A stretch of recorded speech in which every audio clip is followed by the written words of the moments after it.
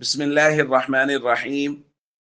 عن عكرمة رحمه الله تعالى أنه لما جاء سهيل بن عمرو قال النبي صلى الله عليه وسلم لقد سهل لكم من أمركم. الحدیث رواہ البخاری. اکرمہ بیان کرتے ہیں کہ جب سہیل ابن عمرو کفار کی طرف سے معاہدہ کرنے کے لیے صلح حدیبیہ کے دن حضور کی خدمت میں آئے تو نبی کریم صلی اللہ علیہ وسلم نے ان کے نام سے نیک فال لیا. نام سہیل ہے، سہیل سہل و سہولت سے نکلا ہے، تو حضور نے فرمایا لقد سہل لکم من امرکم، اب تمہارا معاملہ آسان و سہل ہو گیا ہے. دوستو، جیسا کہ بات کی جا رہی ہے، بدشگونی اور بدفالی کی شریعت میں کوئی گنجائش نہیں ہے. اس کے مقابلہ میں نیک فال لینا حضور علیہ الصلوۃ والسلام نے اس کو پسند بھی کیا ہے، اور حضور علیہ الصلوۃ والسلام نیک فال لیا کرتے تھے، جیسا کہ اسی روایت میں حضرت سہیل کے نام سے حضور نے نیک فال لیا. اسی طرح ہجرت کے سفر میں حضرت بریدہ اسلمی 70 لوگوں کو ساتھ لے کے حضور کے تعاقب میں نکلے. جب حضور کے پاس پہنچے تو حضور نے پوچھا من انتا، آپ کون ہیں، یعنی نام کیا ہے؟ انہوں نے کہا بریدہ. تو حضور علیہ الصلوۃ والسلام نے بریدہ نام سے نیک فال لیا. حضرت ابوبکر سے حضور نے فرمایا بارد امرنا وصلحا، کیا مطلب؟ بریدہ برد سے نکلا ہے، اس کا معنی ہوتا ہے ٹھنڈا ہونا. تو حضور نے ان کے نام سے نیک فال لیا کہ بریدہ آیا ہے، اس کا مطلب ہے ہمارا معاملہ ٹھنڈا ہو جائے گا.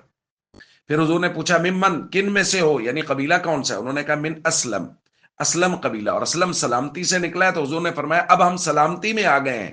تو یہاں بھی حضور علیہ الصلوۃ والسلام نے نیک فال لیا.